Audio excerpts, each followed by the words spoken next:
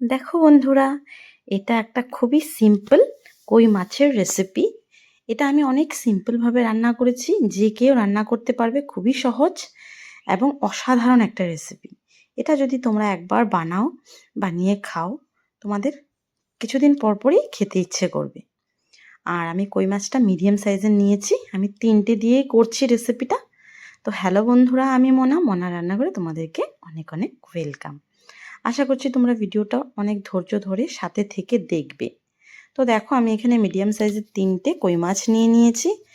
এখন কই মাছটাকে প্রথমে নুন হলুদ দিয়ে ভালো করে মেখে রাখবো আর কি। ভালো করে মেখে নিতে হবে। আর আমি কই মাছগুলো যেহেতু অনেকটাই বড় বড়, তার জন্য আমি মাঝখান দিয়ে চিরা লাগিয়ে দিয়েছি, যেন নুন হলুদটা ভালো করে মাছের ভেতর ঢুকে যায়। তো দেখো, একটু সময় নিয়ে ধৈর্য ধরে আমি মাছটাকে মেখে নেব।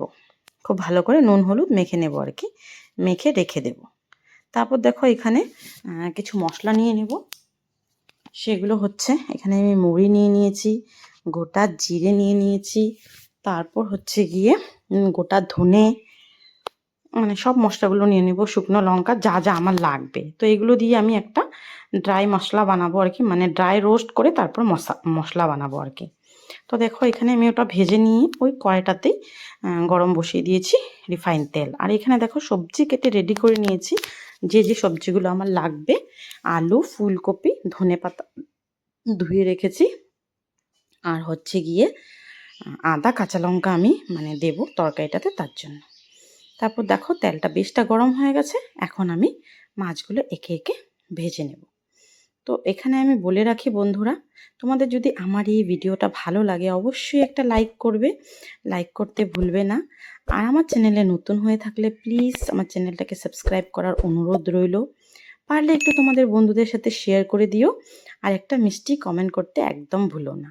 আর যদি তোমরা এই ভিডিওটা আমার ফেসবুক পেজ থেকে দেখে থাকো, তাহলে প্লিজ একটা ফলো দিয়ে দিও। তো দেখো, মাছটা আমার ভাজা হয়ে গেল, আর মাছটা দেখতে কতটা লোভনীয় লাগছে দেখো। না দেখলে বুঝতে পারবে না। দেখো, অনেকটা লোভনীয় লাগছে। দেখো, আর উঠছেই না, মানে মানে খুন্তাটার মধ্যে উঠছে না আর কি।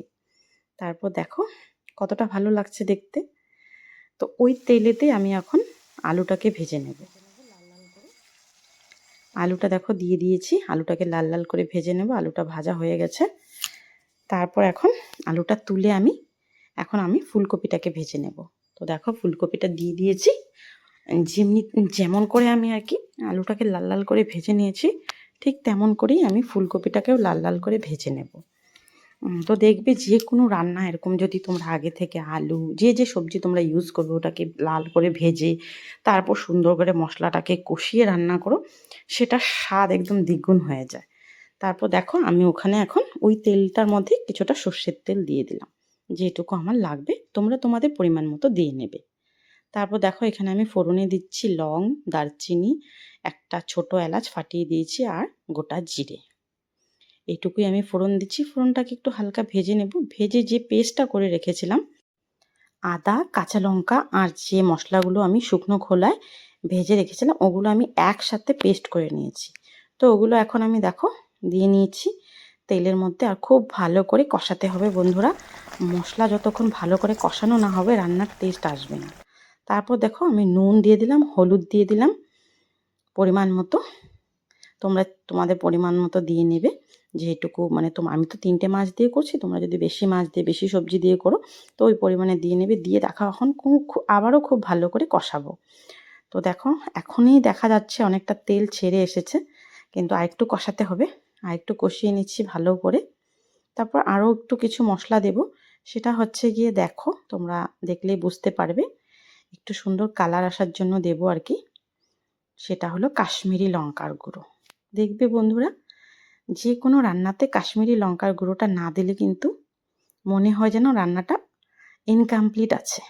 কাশ্মীরি লঙ্কার গুঁড়ো দিলে এত সুন্দর একটা কালার আসে, আমি তো ওই কালারটারই প্রেমে পড়ে যাই, ভীষণ ভালো লাগে আমার। তো দেখো, এটা দিয়েও ভালো করে কষিয়ে নিলাম। দেখো, অনেকটা তেল ছেড়ে এসেছে।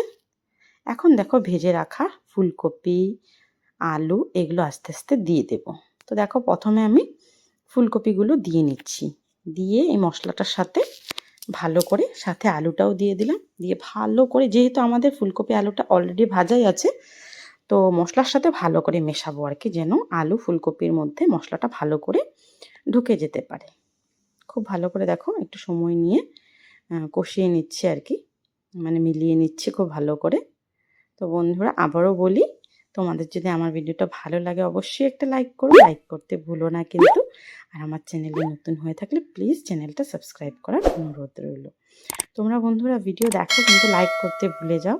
তোমাদের একটা লাইক মানে কতটা যে আমাদের জন্য ইম্পর্ট্যান্ট, মানে কি বলবো বলে বোঝাতে পারবো না। তো দেখো অনেকটা কষানো হয়ে গেছে, এখন আমি কি করব, জল দিয়ে দিচ্ছি।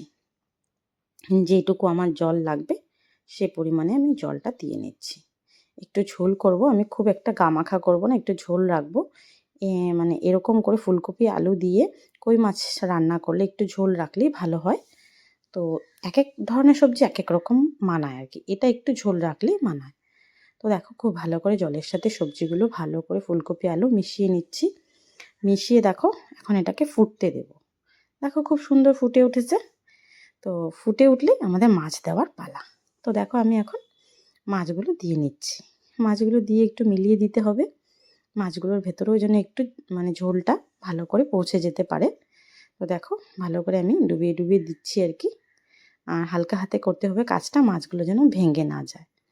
আর কই মাছ একটু শক্তই থাকে, ভাঙে না, তথাপিও একটু খেয়াল রেখে করতে হবে আমাদের। দেখো এখন আরেকটু ফুটে উঠবে, মানে মাছটা ফুটে উঠবে আর কি।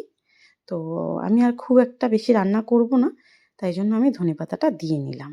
দিয়ে একটু ফুটালেই আমাদের রান্না কমপ্লিট হয়ে যাবে। তো দেখো, তো বন্ধুরা আমি তোমাদেরকে রিকোয়েস্ট করব, তোমরা এই রেসিপিটা যদি রান্না করে না থাকো অবশ্যই একবার রান্না করো। আর রান্না করলে তোমরা বুঝতে পারবে কেমন টেস্ট। তো চলো বন্ধুরা আজকে এই পর্যন্তই, আবার দেখা হবে অন্য কোনো ভিডিও।